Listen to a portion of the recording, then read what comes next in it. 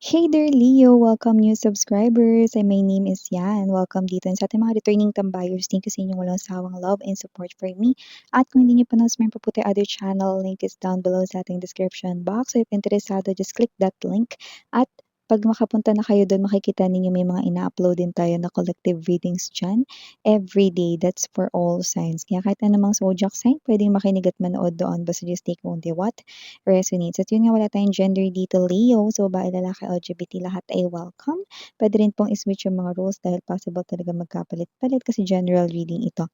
And at the end of the day, lahat ay may free will na free yung gamitin kung gusto nyo i-claim yung mga messages or not. And yun nga, no, cross-watchers ni Leo, welcome ka rin at may Leo placements sa natal or birth chart, welcome din kayo. So Leo, ang ating gagawin is no contact situation. So maaari tayo makakuha 1 to 2 energies, most na clinging sa inyong energy. So maaring ito ay isa or dalawang energies, okay? And also, no, maaari nating malaman dito yung possible thoughts niya sa'yo, iniisip, ganyan, no? And kung may possible actions or movements ba or plano siya rito sa inyo. So let us see.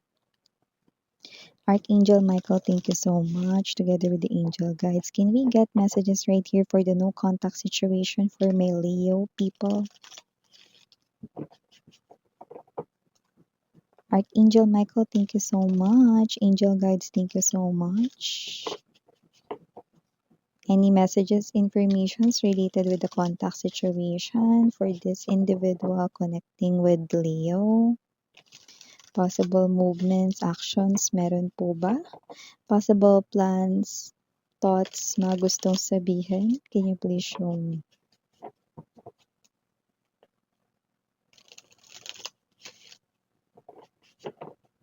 Okay, so Leo, the energies we've got right here for you guys for this no contact situation, you do have here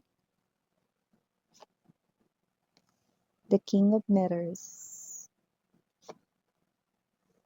You have here Destiny, the dice. So we have here Producer. If you're hearing some kind of noise in my background, I do apologize for that. Thank you for your patience and understanding, mga babes, no? Yan, intindihin na lamang natin kasi baka tayo palipatin ni Kap sa kabilang barangay. We also have here the Two of Mirrors, Seven of Mirrors, Ace of Flutes. Bottom of the deck, we have the Bachelor. We also have here the Rose Ceremony, okay, and the Queen of Rings, okay. So could be dealing here with someone, a single mom or single dad, or doesn't have to be, but maybe someone here, pwede rin naman na itong person na to na kumokonek sa inyo. But hey, that's just for few of you guys. No? Kung sino man tong energy na to, no? Meron man kayo ritong anak, meron man siya ritong anak or wala. Okay? Nakikita natin dito, no? Na itong person na to na is someone here na nagkaroon na kayo ng connection. Yan. So, kung sino man tong energy na to na with the King of Mirrors or there's this King of Swords energy, this person here will try to beat the destiny. Whoa. It looks like ang ibig niya sabihin doon, this person here is someone na posibleng hindi ninyo pinapansin with the six of diretsong 666 ito, no? This is something here, no, na parang bad, no, na parang this is something here na parang nagbibigay kayo rito, no, ng parang hindi bad words, kundi negative, no, na energy dito sa person na to, no, and hindi ko kayo masisisi, no, without any judgment. Nakikita ko rito that with the Two of Mirrors energy, parang inilagay niya kayo sa isang situation, no, kung saan complicated yun with the Two of Mirrors energy. Possibly yun, no, na itong person na to ay in-involve kayo sa isang third party situation at ngayon mukhang ayaw mo na siyang makita, ayaw mo na sa kanya. So, nakita ko rito nagme-message siya sa inyo, okay, at itinigil niya muna yun. Kaya no contact situation kayo. Okay, pero don't get me wrong, hindi niya yun itinigil dahil titigilan niya na kayo. Hindi, no? Itong person na to, no, is trying to be intellectual, trying to be smart, pinipiga niya ngayon yung isip niya para makagawa siya rito ng strategy to get you back sa track, to get you back na magkaroon ng intensyon ulit sa kanya, magkaroon ulit kayo ng interest sa kanya. So, yung nakikita ko rito, parang para magkaroon ulit kayo rito 'no ng gana na piliin siya ulit. Okay. When we got that piliin word, possible na meron na kayo ritong ibang ka-connect 'no, meron na rin kayo ritong new relationship or yung iba wala pang new relationship, hindi pa kayo pero puwedeng yung iba meron namang gusto kayo sa iba, okay. In short, new love ang nilu-look forward mo. Okay. So, possible rin na isa yun sa dahilan kung bakit hindi mo na talaga pinansin 'tong ex mo nung kinontak ka niya nitong past few months or last year. Pero hindi siya totally nanahimik because nakita ko rito nag-iisip siya ng mga plano para i-beat ang destiny, 'yan 'no. Parang hindi siya makapapayag na ganito lang na hindi kayo nag-uusap, hindi niyo siya pinapansin 'no. So, parang sinasabi niya rito, "Tadhana lang 'yan." Mas magaling ako, yan parang may hangin lang tayong nakuha dun 'no. Parang may yabang lang na dating, eh, 'no. So with the producer, this person here is planning to get you back into his or her life. So kung sino man ito nakikita ko rito, this person here, you've showed a lot of love, a lot of care, a lot of pag-aalaga sa kanya 'no. Well, don't get me wrong, kasi nakita ko rito na kung sino man siya parang tumino, eh. Tumino, eh, yun yung nakita ko rito, eh. At kung third party man 'no, yung naging dahilan ng inyong hiwalayan, wala na dito yung third party parang, yeah, I'm getting yeah.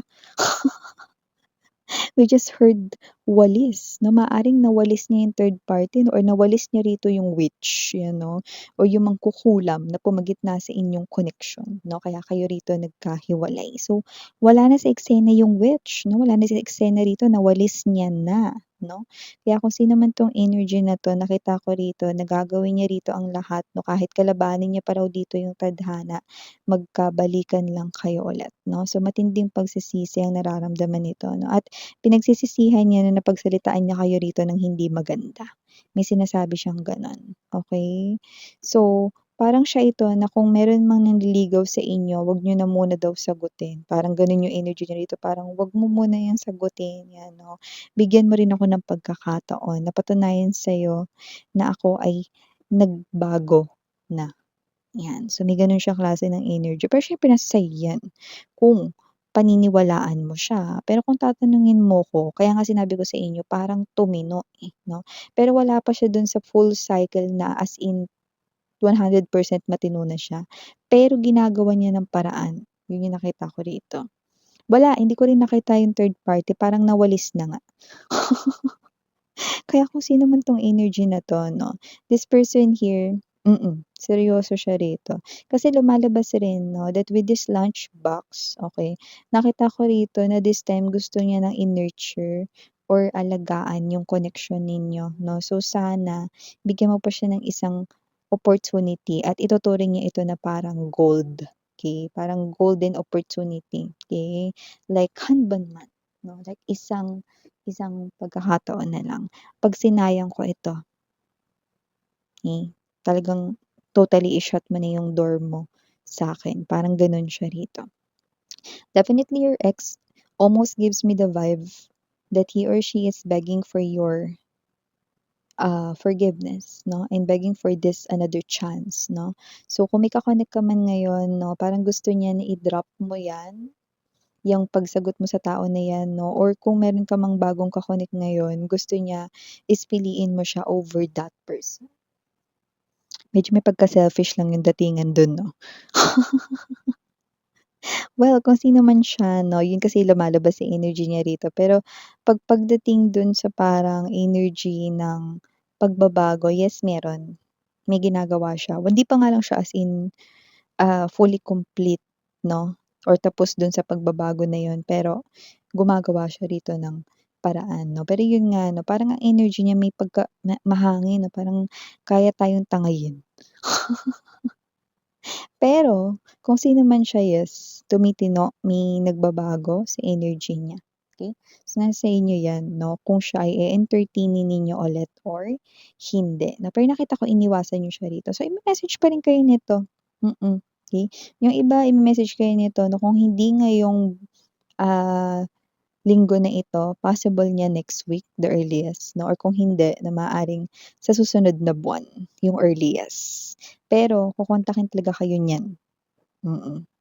Eh, I'm picking up 'no, na 'pag kinontak kayo niyan, it's raining, raining 'no, at yung rain na yun is possible na makita mo, so possible na matanggap mo yung text, malapit ka sa bintana ng kahit ano, puwedeng sa bus, sa jeep, or baka bintana ng room mo or diyan sa sala ninyo.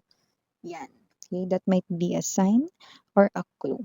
So thank you so much again, Leo. These are the readings, no informations for you guys for this no contact situation. Thank you and appreciate ko kayo. Okay, again, I'm Yana, or ni for the girls, and Yana do na for the boys. Sarang ngayon, love and light. And